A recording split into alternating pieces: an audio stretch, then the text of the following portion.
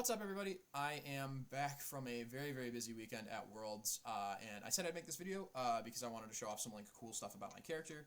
Originally, I said that I was going to make a deck list on each symbol. Oops, didn't do that. I made one on the good symbol though, which is my favorite symbol in the game, even though it's not really in the game as much. This is a few changes that I made to the list that I brought for the exhibition match with Nick Reagan. My head got ripped promptly from my shoulders, so I only really got to show off one of my very cool tricks that I wanted to with this list. But I'm joined here with Calvin Harrigal, Wub. Say hi, Wub. Hello.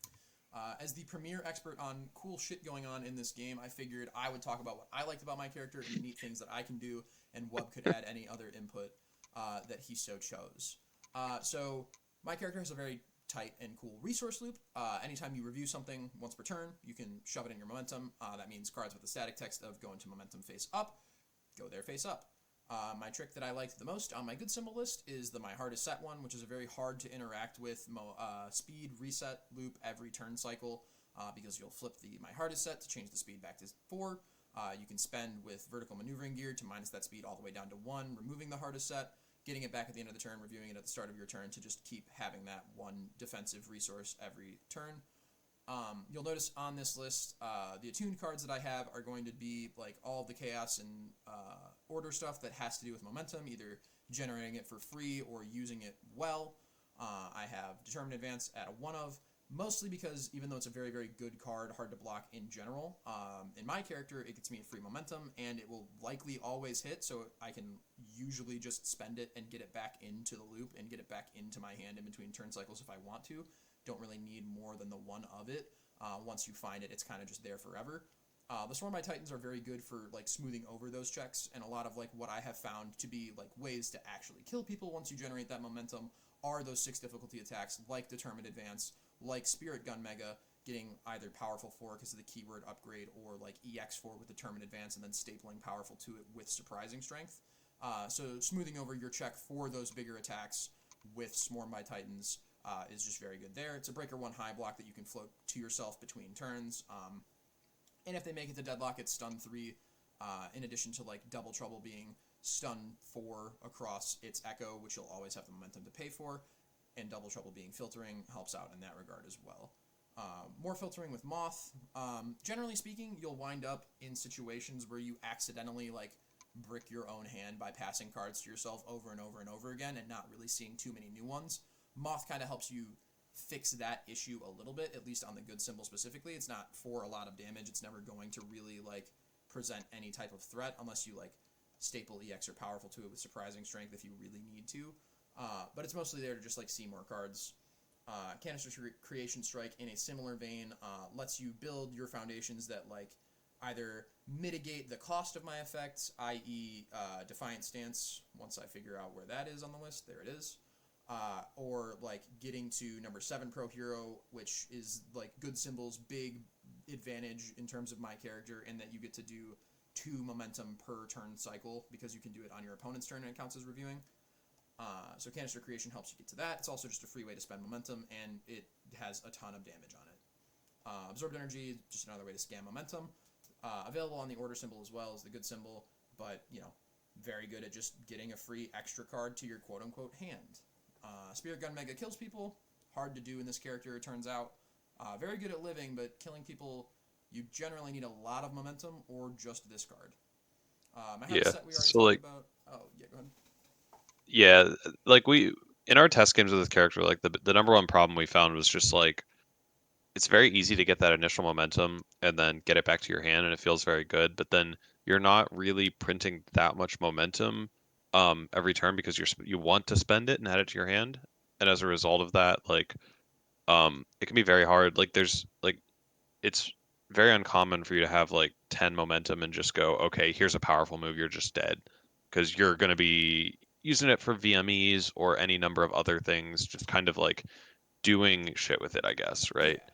Um, so I haven't found the answer to kill with this character yet either. I think Mega's a decent answer, powerful 4. Maybe we actually just have to show a little bit more restraint and Yeah. keep more momentum than we are. What I've noticed with this list now, more so once I have more reps on it, I've added a lot of stuff in the foundation lineup and in terms of like how I play the character to like actually generate momentum as opposed to just like getting it for free.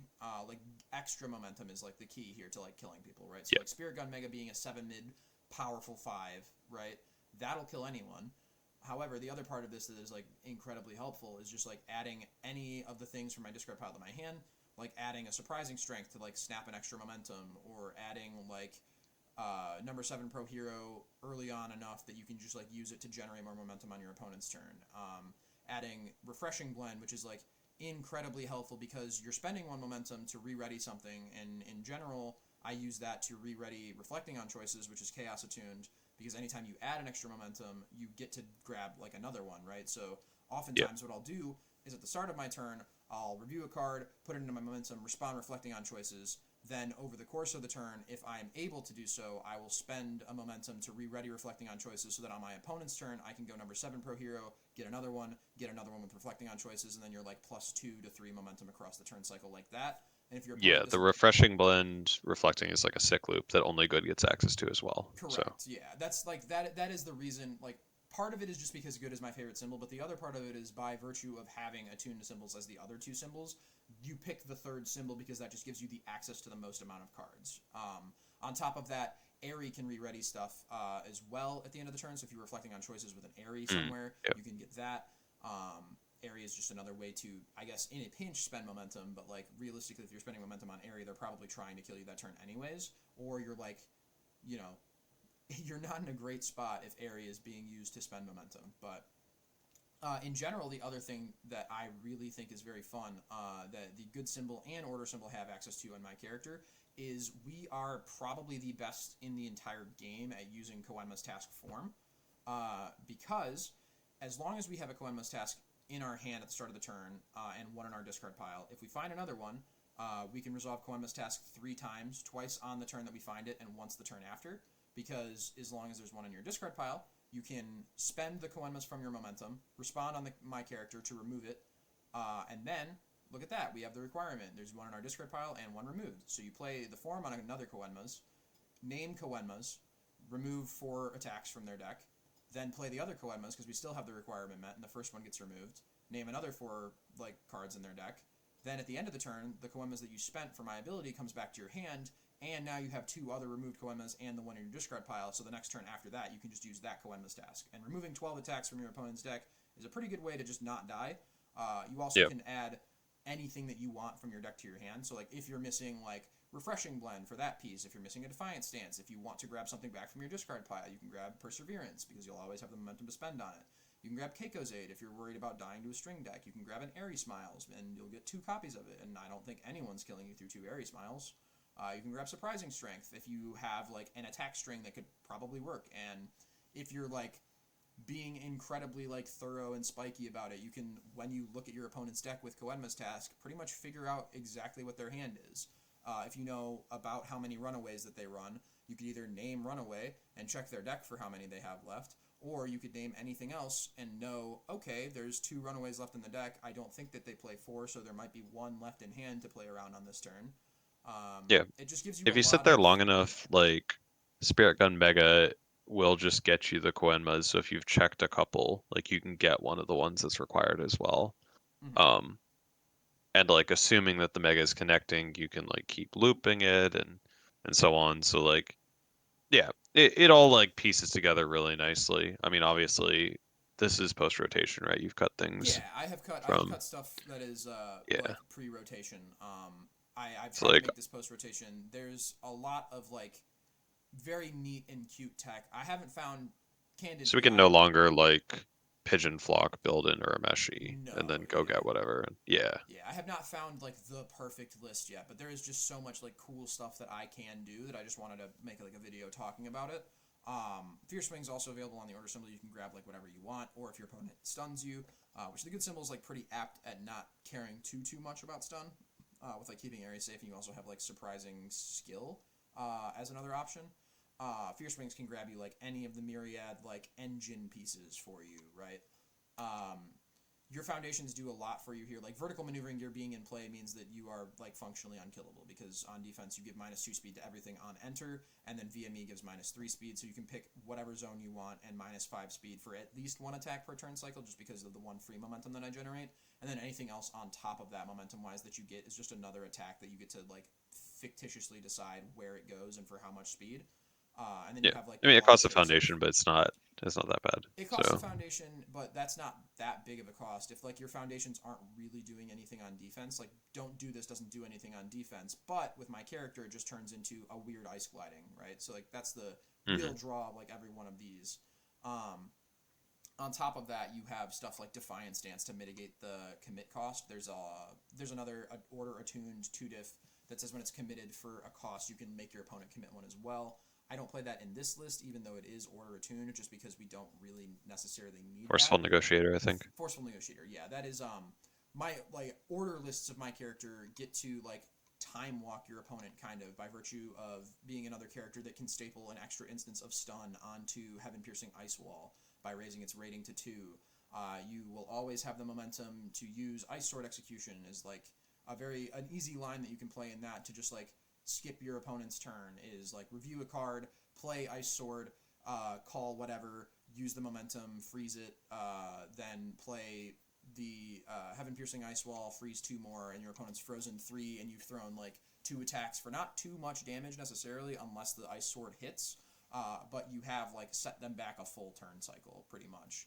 On top of that, Order has a very nice loop of like I play very well with cards that always hit or usually hit, so you can play a nice suite of like 3 Walk the Dogs and 1 copy of Around the World, just because Around the World will always hit, so you'll always be able to spend it. It has stun, I believe, 2 on its own, and if I commit 1, I can give I it think it's stun. only stun 1, but Okay, yeah, yeah, it's still good. Yeah, I can get it to stun 2, which means that your Walk the Dog that you're picking up with its effect by, I believe, just spending a momentum, which I will always have, gets you to any of the Walk the Dogs that you have in your discard pile. So like you can choose to let those ones go to discard pile if you're looping the throw, and always be able to like lead every string of attacks in the order deck with here's this throw and then a Walk the Dog, and then any other myriad of ways on the order symbol to like kill someone with their board tapped. You get all the same like attune stuff on that. I think Reflecting on Choices probably goes in every version of this deck just because of how like valuable it is to see extra cards in your quote-unquote hand. In good specifically, we have like Jin's Parry, which pairs incredibly well with Vertical Maneuvering Gear, just because make something mid block on a 3 at the end of a string after you've blocked a bunch of times is very good. Your Finished offers us like a good thing to be doing in Deadlock, and on top of that, you can like pretty easily put whatever you want on top of your discard pile as far as spending it if you just choose not to respond to remove, so you get an extra draw out of it if you need to. As we've said, it's like a very good resource loop. You'll wind up with extra cards in your hand across turn cycles if you need to, so Don't Do This is like pretty safe in most of these variants, just to like have some extra quote-unquote speed on stuff without having to commit a foundation for my character as a cost. Shobijin's, more block tricks the better. Number 7 Pro Hero is Good's like best thing that it gets specifically is just generating more momentum between turn cycles. I like Return to the Kings. This card's not amazing actually, but I just like that it basically says pick something that you want back the next turn and get a free foundation out of this. High value target, I believe might actually still be legal. I could be wrong because it has the LOV tag, right? It's still legal, yeah. Yeah, okay. So I was about to say, maybe I just lied, and actually it's not rotation proof, but Change of Plans I've been testing. I've only played like a handful of games with this list, but this is just like another way to get free momentum if your opponent goes into deadlock, or it says like I don't want to commit to using VME and like I want to like actually generate momentum, so I will throw like regular attacks at you, and if you block them I get more momentum out of it. Refreshing Blend's very good. It's only at a 1 of right now just because like at 2 you wind up like accidentally spending too much of your own momentum just because the value is so sick, but then you like can't kill people and delay your game by a lot. Defiant Stance at a 3 of, it would be a 4 of, but you don't really wind up using my character like 4 times in a turn that frequently, so like you don't really need it. Urmeshi Perseverance, always just a sick 1 of. You can, turn any card in your momentum into literally anything else, and you get the card from your momentum back. Keiko's a good block trick, obviously. Always cool. You can loop with like canister creation or other stuff that does that, like other Momo attacks that build. So like you can just like always put something for printed with always cool. Nice try, another one of those foundations that like kind of doesn't really commit for my effect. Like you can use my character on my turn, commit nice try, and then it's ready for my opponent's turn. Broken Psyche, just another like good way to spend momentum. And like you can just keep rebuilding it with canister strike if you like need to. But yeah, like a lot of like very very cool stuff you can do in this character. I just wanted to put out like ideas for people. Obviously, Wub was thinking about messing around with like a chaos version with obviously all the good chaos like momentum that goes in face up. Yeah, trying to do something slightly cooler than slamming every Amajiki attack in a deck and calling it done. So we'll see. Pretty much. There's just a lot of room to like go with this. This character plays very differently than what I like usually play, and definitely very differently than what I used to like win said character / do well this season with. But ultimately, it's kind of a psyop. I think the character is very cool and neat and has a lot of things going for it, and I want all of the other people in the game who are very good and think that this character is very neat and cool to play it. So even if I ship it, I can see my name in Top Cut. But yeah, that being said, guys, I just want to get a quick video out there. I've been very busy uploading stuff and just getting back into the swing of things. I have a busy semester, so I have a lot of videos in the pipeline. As we like record this currently, I have I think like 6 deck profiles being uploaded onto my YouTube channel right now.